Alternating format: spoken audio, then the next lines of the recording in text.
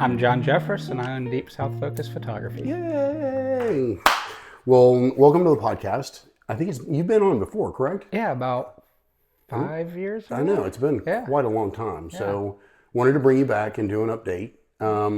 But just so this is an encapsulated, like people aren't having to go back and listen to some of the stuff that maybe you've talked about before. We are going to cover some of the same questions. So, Okay. but to get started, why don't you tell us a little bit about yourself? Where are you from? Where'd you go to high school? Did you go to college? If so, what'd you study? Anything that you might want to give us as far as backstory goes. Sure. So I'm originally from Tampa, Florida. Moved to Mobile in 1980 and have been here pretty much ever since then, with a few stints here and there in between, but mostly here in Mobile. Went to Davidson High School, started college at USA, but did not finish. I found that career and entrepreneurship was more important to me than college. Yeah, So, no, that's cool. When you studied, did you say what you studied at college? the ultimate goal was I planned on eventually going to Auburn for architecture. Okay, cool. So you had kind of was that because you liked drawing, or was that because you liked buildings, or what was driving that? That's a lot of people when they're kids, they flip flop all their life what they want to do. Yeah. I always wanted to be an architect. Never faltered from that. Interesting.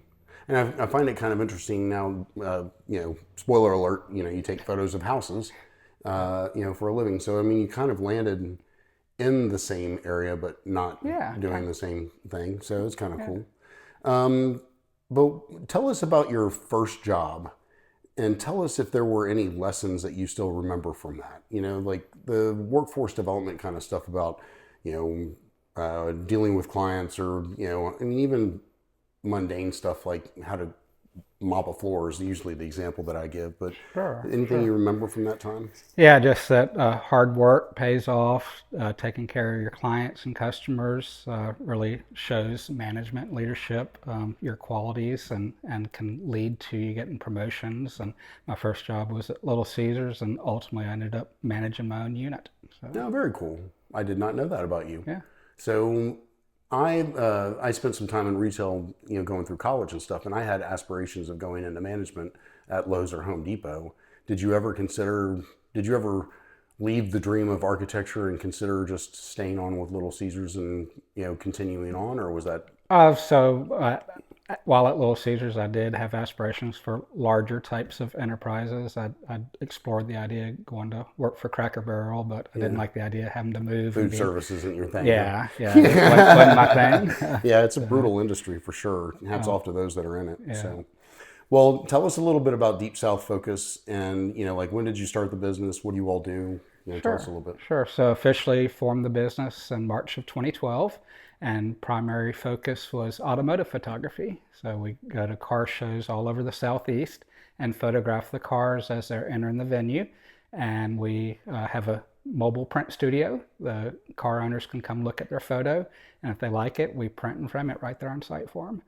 And that was the start of our business. But over the years, we've evolved, and in 2019 started doing real estate media to help real estate agents market their listings, and have blossomed from that. Still do the automotive photography, and also do quite a bit of commercial media work as well. Nice.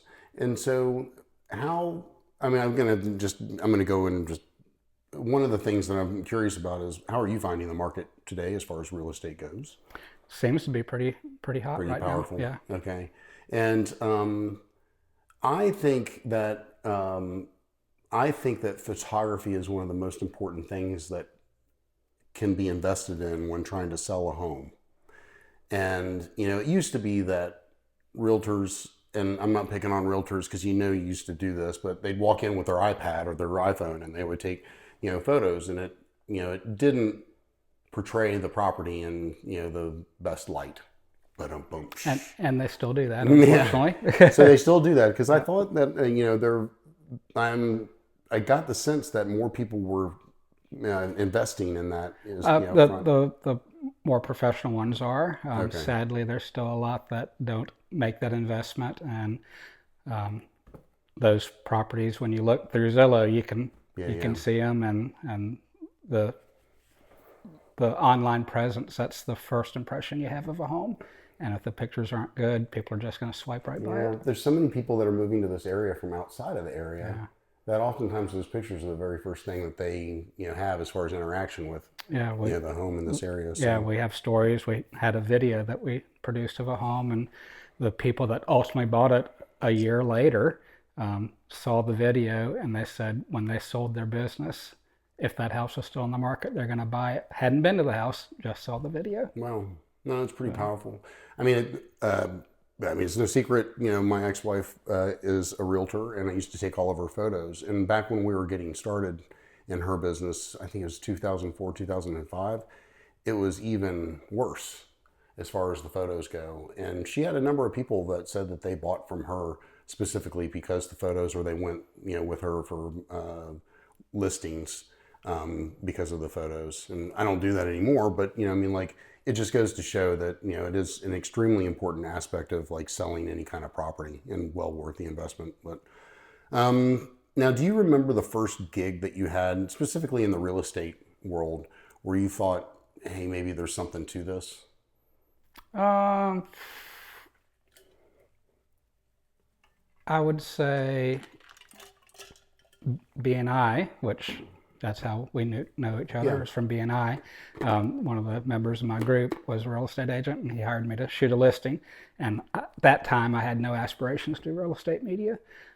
Did one for him, and he booked me for another one like the following week. And Oh, it's wow. like, wow, even though it's not as much revenue per job, it's repeat business. And Yeah. so that was eye opening. And it seems like there would be a lot more of it Yeah. as well. So, now, if you were talking to someone that wanted to get started in running their own business, what's the one bit of wisdom that you would impart to them? Uh, Take care of your employees, and they will take care of your customers, which ultimately takes care of you. Yeah. Have you come up with any creative ways or anything that you've done to, make your employees kind of feel special, or, anything along those lines? And main thing is don't micromanage them. You hire them for a specific reason and trust them to do their jobs, and they'll do great. Yeah. Employee benefits, that goes a long way. Company cars that we provide, health insurance and dental insurance. Wow. You hiring? Actually, Oh, you are. So yeah, yeah, not for me, but I mean, you are hiring some photographers. looking for some. Oh. Well, if you're out there Yep. and you have a camera and you like to point it at things and take pictures, then Yep. give them a holler.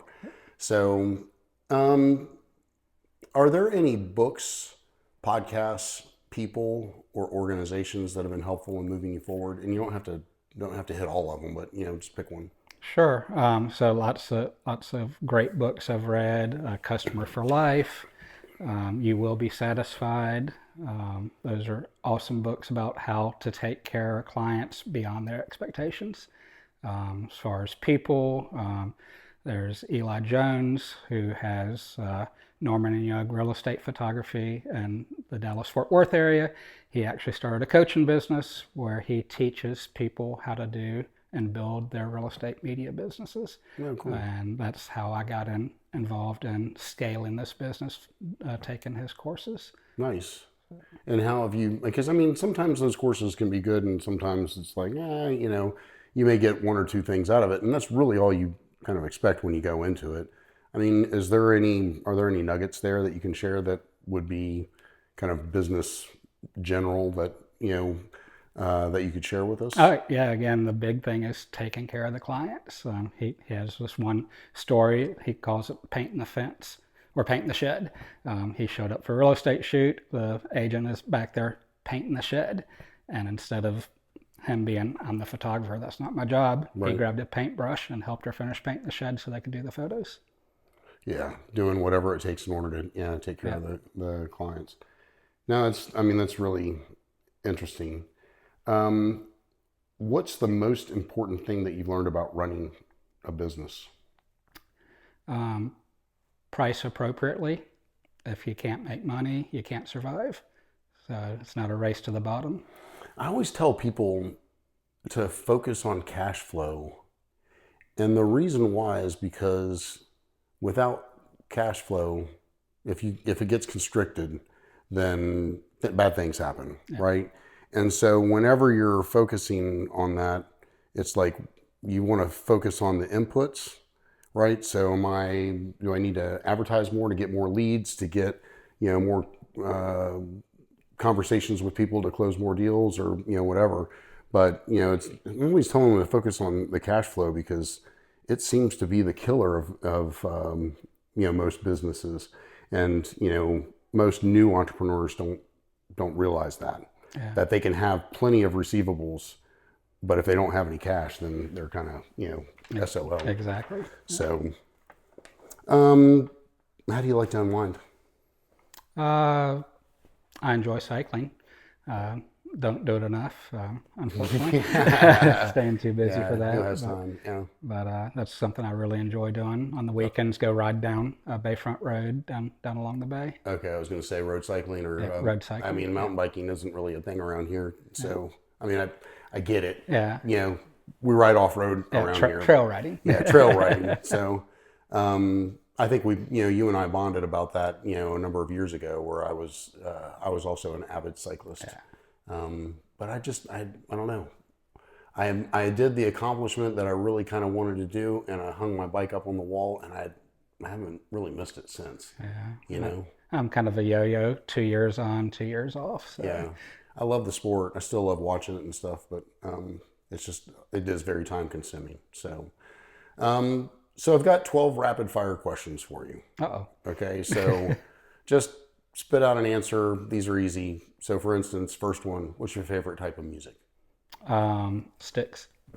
Styx, the band Yeah, the specifically? band. Yep. Okay, very good. What's your favorite type of food? Pizza. Favorite restaurant in Lower Alabama? Poor Baby. Nice. Favorite city outside of Mobile? Tampa. City you want to travel to but have yet to visit? Seattle. What comes to mind when I say guilty pleasure? Chocolate and strawberry covered cheesecake. Back to Poor Baby. Dogs, cats, or none of the above? Dogs. Summer or winter? Summer. Favorite movie or TV show? Pulp Fiction. Really? Yeah. Favorite holiday besides Christmas? Everybody always says Christmas, but what's your favorite holiday? Thanksgiving, because I usually go visit family for Thanksgiving. Yeah. Favorite color? Blue. And favorite cereal? Cheerios. Okay, I'll go with that. And then not rapid fire. What are you most thankful for? Family and friends.